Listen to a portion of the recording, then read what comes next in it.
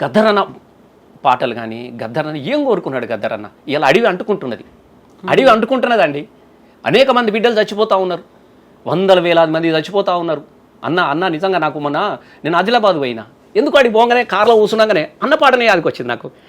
అరే ఏంది అసలు ఈ అడవి తల్లికి దండాలో మా తల్లి, అడవికి దండాలో మా అడవి సల్లాగుంటే అన్నానికి కొదువాలేదు, పంటాలింటికొస్తే పండుగ చేస్తామే, అడవి తల్లికి దండాలో మా తల్లి, అడవికి దండాలో మా కొండల నుండి కోనల నుండి గోదారమ్మ పరుగులు చూడు, వంపులు తిరుగుతూ వయ్యారంగా పెనుగంగమ్మ ఉరుకలు చూడు, సెలిమెల సెగలు చూడు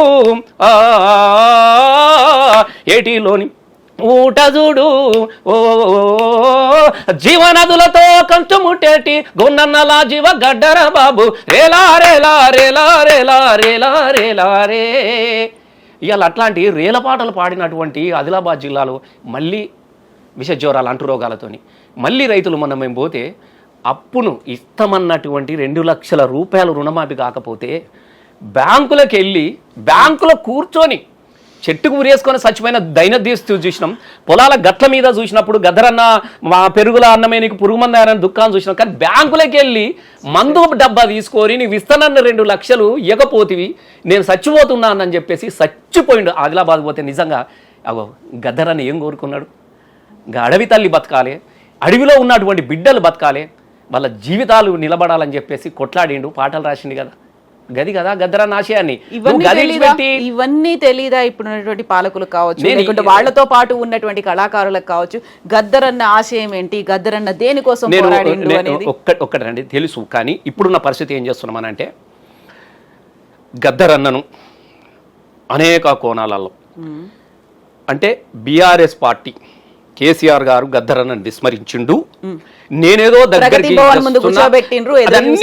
అంత పెద్ద డ్రామా. లాస్ట్లో నేను నిజంగా చెప్తున్నా, గద్దరన్న అందరి వాడలా బతకాలనుకున్నాడు.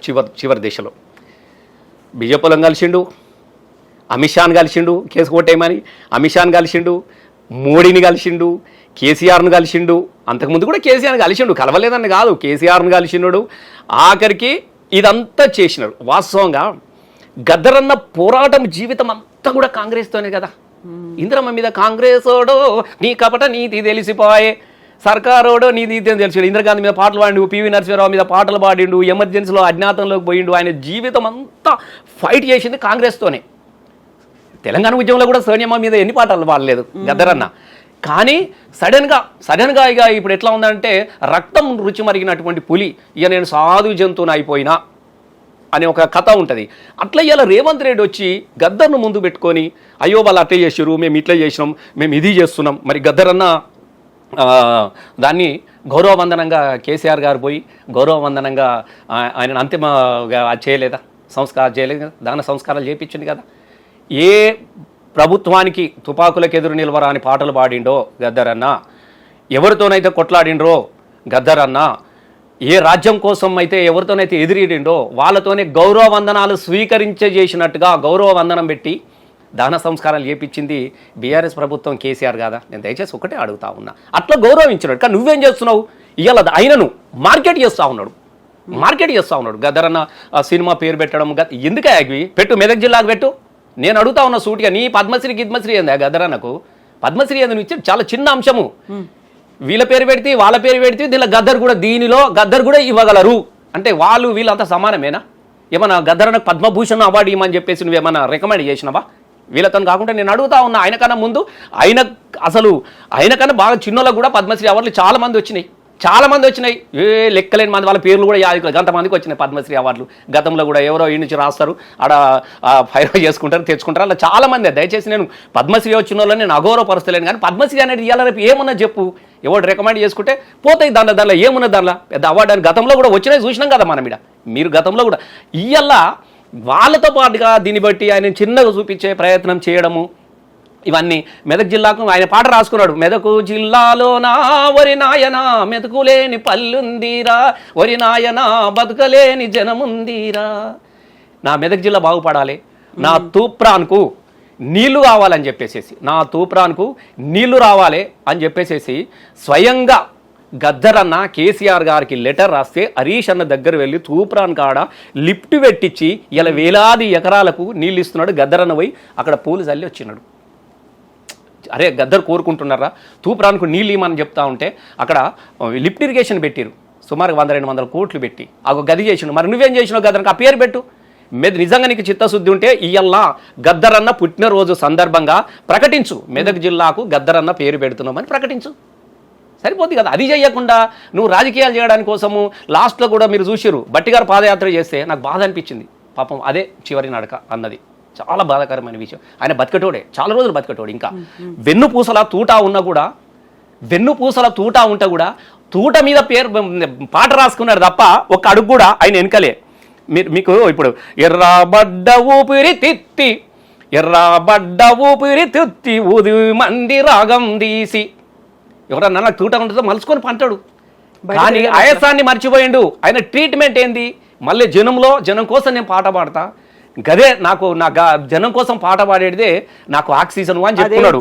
ఎర్రబడ్డ ఊపిరి తిత్తి ఊదు మంది రాగం తీసి, కిడ్నీ పొంటిపోయిన తూట మిటు మంది కిన్నెరనేమో, ఎడమ చేతి చీల్చిన తూట ఎత్తు మంది ఎర్ర జెండా, వెన్ను ముకల ఉన్న తూటమ్మో మాయమాలార అన్న పాట పాడు మందమ్మో మాయనాలార.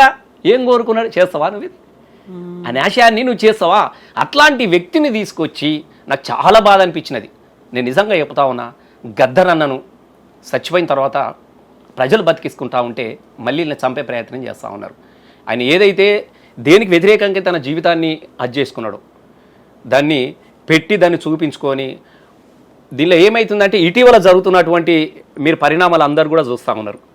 ఒకవైపు వర్గీకరణ, మాదిగలంతా ఇప్పుడు మందకృష్ణ అన్న కూడా ఇదొక రస్తుండే పద్మశ్రీ పర్లేదు. ఆయన పోరాటానికి పద్మశ్రీ కూడా చిన్నదే, ఆయనకు పద్మభూషణ్ ఇచ్చిన కూడా తక్కువనే. ఎందుకంటే జీవితం అంతా మందకృష్ణ అన్న పట్టిండంటే ఎన్ని అవమానాలను ఎదుర్కొన్నా, ఎవరు ఎంబడి రాకపోయినా, ఎంతమంది కుట్ర చేసినా చివరి దాకా సుప్రీంకోర్టు దాకా తీర్పు దాకా తన ప్రయాణాన్ని కొనసాగించుండు.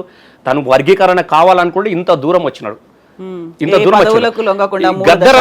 గద్దరన్న కూడా మందకృష్ణ మాదిగన్నకు ఎస్సీ వర్గీకరణ జరగాల్సిందేరా, తప్పేమున్నది అని చెప్పేసి మద్దతు కూడా ఇచ్చిండు. గద్దరన్న కూడా పోయిండు. ఇలా అన్న కూడా వాస్తవంగా అట్లాంటి వ్యక్తిని తీసుకుపోయి ఎప్పుడు లేనిది ఇలా గద్దరన్న ఏ కులం వాడు అనే కాడికి వచ్చిందా సార్? నాకు చాలా బాధాకరమైన విషయం. ఇప్పుడు కులానికి రాజకీయానికి కన్ఫైన్ చేస్తున్నారు, డైవర్షన్ పాలిటిక్స్ లో గద్దర్ 100% చేస్తూ ఉన్నారండి. 100% అదే చేస్తూ ఉన్నారు. ఇలా బట్టి గారు కానీ వీళ్ళ అసలు చాలా బాధాకరమైన విషయం. ఇలా జయంతి రోజున కూడా ఎవరిని పిలుస్తావు? వాళ్ళనే పిలుస్తున్నాడు. అసలు గద్దరన్న విచిత్రం అనిపిస్తూ ఉన్నది, చాలా బాధ అనిపిస్తూ ఉన్నది. ఇవాళ మీరు ఆయన ఇన్విటేషన్ చూసిన కూడా బట్టి గారు తీసుకొని పోయి ఆయన పాదయాత్రకి ఏం సంబంధం చెప్పు. పాపం పెద్ద మనిషి నడిచి ఆయననేమో చిన్నపిల్ల మనస్తత్వం అండి గద్దరన్న. నేను నిజంగా చెప్తా ఉన్నా, మహానుభావుడు, గొప్పోడు, కుట్రలు కుతంత్రాలు ఉండవు, ఏమీ ఉండవు, నిజాయితీగాల్లోడు, నీతిగాల్లోడు. నాకు తెలిసి ప్రపంచ చరిత్రలో ఏ దురలవాటు లేనటువంటి ఏకైక వ్యక్తి గద్దరన్న. ఆయనను తీసుకొని పోయిండు. పాపం ఆయాసంగా నడుస్తున్నాడు. అప్పటికే శరీరం ఏమేదో తెలియదు. అక్కడి నుంచే కదా, అక్కడే కొంచెం ఆయాసం వస్తుందిరా అన్నాడు. బట్టిగారు పాదయాత్ర నుంచి తీసుకొచ్చారు. మళ్ళీ హాస్పిటల్ పోయినంటే తిరిగి రాలేదు. ఎవరు చంపారు? అటు రాహుల్ గాంధీని తీసుకొని పోయిర్రు. రాహుల్ గాంధీ ఎమ్మడి నడిపించారు. పాపం పెద్ద మనిషి ఆయననేమో అందరితోని ఉండాలి అన్నటువంటి దాంతో చివరికి చిన్న ఈడి విషయమా ఆడికి తీసుకోరు జీరస్వామి యాదగిరి ఇవన్నీ చేయాల్సినవి అన్నీ చేసుకొచ్చారు గద్దరన్నను. సరే అయినప్పటికీ కూడా ప్రజలు ఆయన ఏ పార్టీలకు దగ్గరికి పోయి మాట్లాడొచ్చినా, ఏ దేవుని దగ్గర ఎవరు కూడా ఆయనను వేరే రకంగా చూడలేదు. ఆయన ఆశయం గొప్పది, ఆయన త్యాగం గొప్పది. జీవితంలో ఎన్నడూ కూడా సంవత్సరాలను అజ్ఞాతంలో గడిపి జీవితం కాబట్టి ఆయన ఆశయం కనబడ్డా తప్ప చిన్న ఎవరు పట్టించుకోలే. కానీ చివరి రోజుల్లో బతుకుండగానే చంపే ప్రయత్నం చేశారు ఇదే కాంగ్రెస్ వాళ్ళు గద్దరన్నను. ఇలా నేను అందుకే అంటున్నా కదా, చంపిన వాడే సంతాప సభలు పెట్టినట్టుగా ఏదో మేము జయంతులు చేస్తున్నాం, ఉత్సవాలు చేస్తున్నాం, గద్దరన్న పేరిట అవార్డు ఇస్తున్నాము, గద్దరన్న బిడ్డకు సంస్కృత చైర్మన్ చేసినాము, గద్దరు కొడుకు పుస్తకాల షాపులు పెట్టిస్తున్నాము. ఇగో ఇది కాదు కదా కోరుకున్నది. ఇప్పుడు కాంగ్రెస్ చేస్తున్నది ఒక పార్శ్వం అయితే బీజేపీ దానికి కౌంటర్లు ఇవ్వడాన్ని ఎట్లా చూస్తున్నారు? ఇప్పుడు బరాబర్ మేము ఇవ్వం, ఆయన బోల్డ్ అంతమంది బీజేపీ లీడర్లను చంపడంలో ప్రోద్బలం ఉంది, ఆయన వల్లే, ఆయన చేసిన ఎంకరేజ్మెంట్ వల్లే మా లీడర్లు చచ్చిపోయిన చేస్తుండ్రు అనే మాట కేంద్ర మంత్రి బండి సంజయ్ అంటున్నారు. అదే రాజకీయం అంటారా దాన్ని కూడా? ఇప్పుడు బండి సంజయ్కు నేను ఎప్పుడు ఆయనను ఒక వ్యక్తిగా నేను చూడను. ఇప్పుడు నేనేమన్నా భారతదేశం యొక్క గొప్ప వాళ్ళ భారతదేశం నుంచి అందిస్తున్నటువంటి పురస్కారాల్లో ఇవి అత్యున్నతమైనవి. ఇక్కడ ఇవన్నీ పోగా అత్యున్నతమైనది. బండి సంజయ్ మాట్లాడాల్సింది ఆ పద్ధతిలో కాదు. వాస్తవంగా గద్దర్ అది కోరుకోలే కూడా. నువ్వు ఇవ్వకపోవడం ఏందా? నువ్వు ఇవ్వకపోవడము వాస్తవంగా ఈయనను ఆ పేరు అక్కడికి పంపడంలోనే ఒకటి ఉన్నదనంటే సేమ్ వాళ్ళకు అనుకూలమైన పద్ధతి కూడా వాళ్ళకు ఉంటుండే కదా బీజేపీలు గతంలో. ఇది 100%. ఇది పద్మలు అని ప్రతిభను గుర్తించి ఇచ్చేదానికన్నా కూడా ఎవరు మన వైపు అనుకూలంగా ఉన్నారు అనే చూసే దానిలో నుంచే చాలా అవార్డులు కూడా మనకి ఇటీవల మనకు వస్తూ ఉన్నాయి. ఇప్పుడు ఇక మనం మాట్లాడితే వేరేగా ఉంటుంది అన్నట్టు నేను మాట్లాడలేదు. కొంతమంది గతంలో కూడా వచ్చినాయి. కాబట్టి బండి సంజయ్ గారు అట్లా మాట్లాడాల్సినటువంటి ఉండాల్సిందైతే కాదు. కాకపోతే ఆయన చేసినటువంటి పోరాటం లేకుంటే బుల్లెట్ తోనే రాజ్యాధికారం వస్తుంది అని ఆయన అడవుల బాట పట్టేలా బోల్డ్ అంతమంది యువతని ఈయన పాటల ద్వారా ప్రేరేపించారు. ఆ తర్వాత వాళ్లే మళ్ళీ తుపాకుల్ని పట్టుకొని వచ్చి చంపారు అనే మాట. అలాంటి వాడికి ఇంకో రకంగా చెప్పాలంటే ఇంకో లీడర్ కూడా అన్నాడు, ఆయన తీవ్రవాది, ఎల్టీటీ తీవ్రవాది, నయం లాంటి వాడు, ఆయనకు మేము పద్మ అవార్డు ఇచ్చి సత్కరిస్తామా అనే ఒక మాట. ఒక మాట నయంకు గద్దర్ అన్నను అంటే మీరు నేను దయచేసి వేరే బీజేపీ లీడర్ అన్న మాట నేనేం చెప్తున్నా అదే పద్ధతిలో మరి గద్దర్ అన్నను వాళ్ళు కూడా అనేక సందర్భాలలో అలువుకున్నారు కదా. ఎస్, గద్దర్ అన్న ప్రజలు విముక్తి కోరుకున్నాడు. ఆయన ఎప్పుడు నేను ఇది కాదు నేను అది కాదు అని ఏమన్నా చెప్పినాడా? ఆయన ఏం అనలే కదా. మీరు కూడా మీ అవసరాల కోసం గద్దర్ అన్నను చిన్నజీఆర్ స్వామి మీద పాట పాడియలేదా? అన్ని చేయించుకున్నారు కదా. నేను ఏమంటున్నా అంటే రాజకీయంగా ఎవరికి అనుకూలమైనటువంటి అవకాశాన్ని వాళ్ళు తీసుకొని మాట్లాడుతున్న మాటలు. వాస్తవంగా గద్దరుని అవార్డుకు వీళ్ళు పంపడం అనేది అది పోని వాళ్ళు అక్కడ కూడా వాళ్ళ నిర్ణయానికి దానికి మేము ఎట్లు ఇస్తాము మేము ఇస్తామని కూడా తప్ప. ఎందుకంటే దానికి ఒక కమిటీ ఉంటుంది, పద్ధతులు ఉంటాయి, దానికి ఉంటుంది, దాని లెక్క దానికి ఉంటుంది. దయచేసి నేను గద్దర్ అన్నాను అవార్డు ఇవ్వడం అంటే చిన్నగా చూపడమే. నేను చెప్తున్నా కదా, ఒక దానిలో బంధించి ఒక గిరిగీసి ఈయనది గింతే, ఈయనది ఒక పద్మశ్రీ అవార్డు, పద్మశ్రీ కన్నా ఏముంటుంది పద్మభూషణ్ ఉంటుంది, ఇంకా జర పెద్దది దాని మీద ఇంకా పద్మ విభూషణ్ ఉంటుంది, దాని తర్వాత భారతరత్న వస్తుంది కదా. మరి ఇప్పుడు చిరంజీవికి పద్మభూషణ్ ఏదో ఇచ్చినట్టుగా, బాలకృష్ణకి ఏదో ఇచ్చినట్టు కదా, ఇంకా చాలా మందికి ఇచ్చారు. కాళోజీ కూడా పద్మ విభూషణ్ ఇచ్చారు డైరెక్టే, పద్మశ్రీ ఇవ్వకుండా కాళోజీ గారికి డైరెక్ట్ పద్మ విభూషణ్ వచ్చింది. ఇంక అంతకన్నా పెద్ద గొప్ప పురస్కారం ఉంటుంది. మరి గద్దర్ అన్నను వేడ చూస్తారు, గద్దర్ అన్నను దేనికి కులమానంగా చూస్తారు అంటున్నా. గద్దర్ కన్నా రాసినటువంటి సాహిత్యకారులకు ఇచ్చే అవార్డులలో గద్దర్ అన్న ఒకే పంత సామాజికమైనటువంటి అనేక పాటలు కూడా రాశారు కదా గద్దర్ అన్న. అంశాలు ఇప్పుడు ఆడపిల్లల మీద ఎంత అద్భుతంగా రాసిన చెప్పు. నిండు ఆ మాసానాడు ఓ లచ్చా గుమ్మాడి ఆడపిల్ల ఉట్టినాదే ఓ లచ్చా గుమ్మాడి అత్తా తొంగి చూడాలేదు ఓ లచ్చా గుమ్మాడి మొగడు మొగడు ముద్దాడ రాలే ఓ లచ్చా గుమ్మాడి బట్టాలల్లా చుట్టుకొని ఓ లచ్చా గుమ్మాడి బాయిలా వాడేయ్యబోతే ఓ లచ్చా గుమ్మాడి గంగమ్మ కొంగు జాపి ఓ లచ్చా బిడ్డదానమీయ. అసలు ఇంతకన్నా గొప్ప సాహిత్యం ఏముంటుంది? దీనిలో తుపాకులు ఉన్నాయా, చూటాలు ఉన్నాయా, ఏమున్నాయి చెప్పండి? సాహిత్యపరంగా తీసుకుంటే అనేకం ఉన్నాయి, 100 years. కానీ ఎప్పుడు కూడా దేనికో ఆశపడి అవార్డుల కోసమో దీనికోసమో ఆరాటపడి తనను పాటను మలుచుకోలేదు. ఎస్, ఆయనే గద్దర్ అన్న గద్దరే, అది నీ ఇష్టం. ఫస్ట్ గద్దర్ అన్న పేరును అవార్డు కోసము పంపడం అనేది పెద్ద రాజకీయ కుట్ర.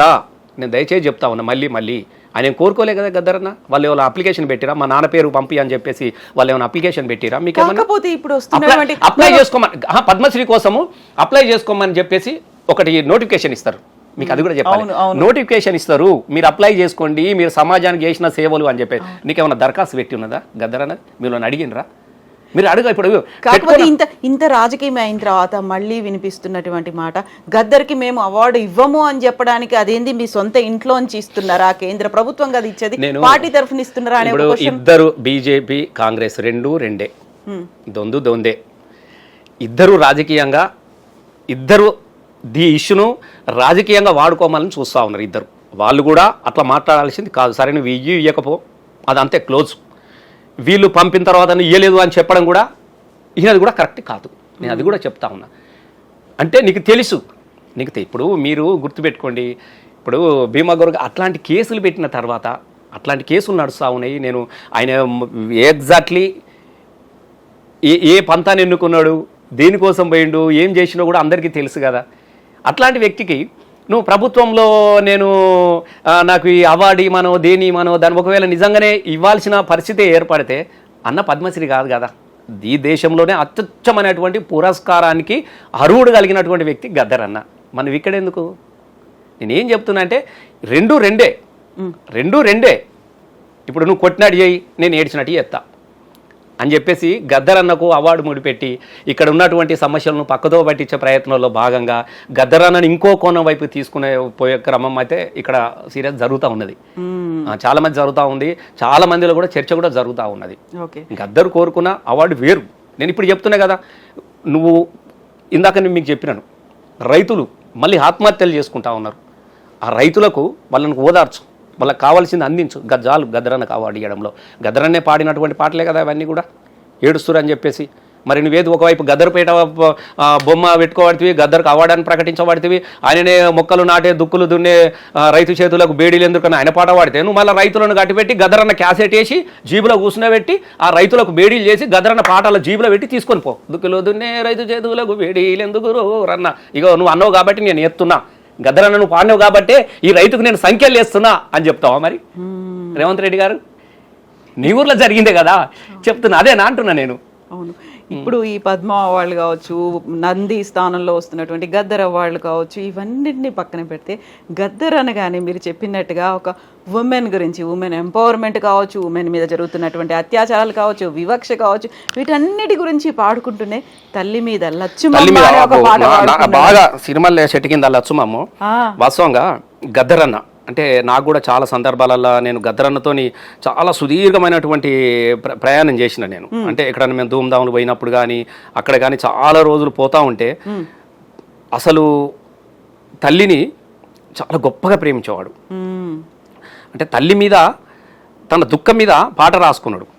అన్న సిరిమల్లెసెటి కింద లచ్చుమమ్మో లచ్చుమమ్మ నువ్వు సినబోయి కూసున్నావెందుకమ్మో ఎందుకమ్మా, నెత్తంత మాసింది సినబోయి కూసున్నావెందుకమ్మో ఎందుకమ్మా, మోకల్ల మట్టుకు బురదలో దిగబాడి ఎద్దోలెయ్యనకకు ఒక్కొక్క అడిగేసి నాట్లేసి లచ్చుమమ్మో లచ్చుమమ్మ నీ నడుములే ఇరిగేనా లచ్చుమమ్మో లచ్చుమమ్మ, నెత్తంత మాసింది రైకంతా జినిగింది కొత్తది కొన నీకు పైసలు కొత్తది కొన నీకు కొయ్కిలు దొరకదు కుంచి పేల్కలు గట్టి లచ్చుమమ్మో లచ్చుమమ్మ నువ్వు కూలికి పోయినావా లచ్చుమమ్మో లచ్చుమమ్మ, పాసిపోయిన బువ్వ మాడిపోయిన గట్క. తన తల్లి అంటే ఒక్క తన తల్లే కాదు, అనేక మంది కూలు తల్లుల యొక్క జీవితాన్ని మనం బువ్వ ఎట్లయితే వండి వార్పుతామో అట్లాగే పాటలలో ఆ దుఃఖాన్ని. అందుకే చాలా మంది కూడా ఇప్పుడు కూడా పాట పెట్టుకొని చాలా మంది కన్నీళ్ళు తీస్తూ ఉంటారు, ఏడుస్తూ ఉంటాడు. ఇంతకన్నా ఇదొక్కటే కాదు, అనేకమైనటువంటి పాటలు గద్దర్ అన్నయ్య. ముఖ్యంగా నాకు తెలిసి మహిళల మీద ఎక్కువగా తెలంగాణ సాయుధ పోరాటాన్ని ఎంతగా ప్రేమించాడో ఆడబిడ్డలను ఆడతల్లులను కూడా అంత గొప్పగా ఆరాధించి ప్రేమించిన వ్యక్తి గద్దర్ అన్న. కాబట్టి ఒకానొక క్రమంలో ఆ పాటలతో పాటుగా సమానంగా అంటే ఇప్పుడు వందనమో వందనమో నా చెల్లేల స్వర్ణమ్మ చెమట సుక్కల వందనమమ్మ సేలిసెలకల వందనమమ్మ వందనమో వందనమో నా చెల్లేల స్వర్ణమ్మ అంటే తెలంగాణ సాయుధ పోరాటంలో తెలంగాణ పోరాటంలో మన విప్లవ పోరాటంలో మరణించినటువంటి ఆడబిడ్డల మీద కూడా అద్భుతమైనటువంటి అమరత్వం మీద పాటలు రాసిండు. దానిలో మహిళల మీద అందులో కూడా చాలా పాటలు రాసిండు. నాకు గద్దర్ అన్న ఒక నిజంగా కొత్తగా వచ్చినప్పుడు వందనాలు వందనాలమ్మో మా బిడ్డలు మీ కొందనాలు వందనాలమ్మో మా బిడ్డలు వీరులారా వీరులారా రాడికల్లా శూరులారా రాడికల్లా శూరులారా నల్లనాని నాన్న మీరు కావున కాకులరిసితే తలుపు తెరిసి పలుకరిస్తాం ఎవరొస్తారో చెప్పుమాని తలుపు తీసి ఎదురు చూస్తాం మీరు కాకమ్మలై వస్తారా మా బిడ్డలు మా కడుపు తీపి చూసిపోతారా మా బిడ్డలు, దసరా పండుగ దగ్గరుందని దర్జివాడు కుట్టడాని, తమ్మునికి ప్యాంటు తెస్తాం నీకు షర్టు తెస్తామంటే, ఏది వద్దని జిద్దు చేస్తివి అలిగి అన్నం తినకపోతివి, ఎర్ర షర్టు తెల్ల ప్యాంటు తెచ్చి కుట్టి పెట్టినాము, మీరు పాల పిట్టై చూసిపోతారా మా బిడ్డలు, మీరు జంబియాకై చూసిపోతారని.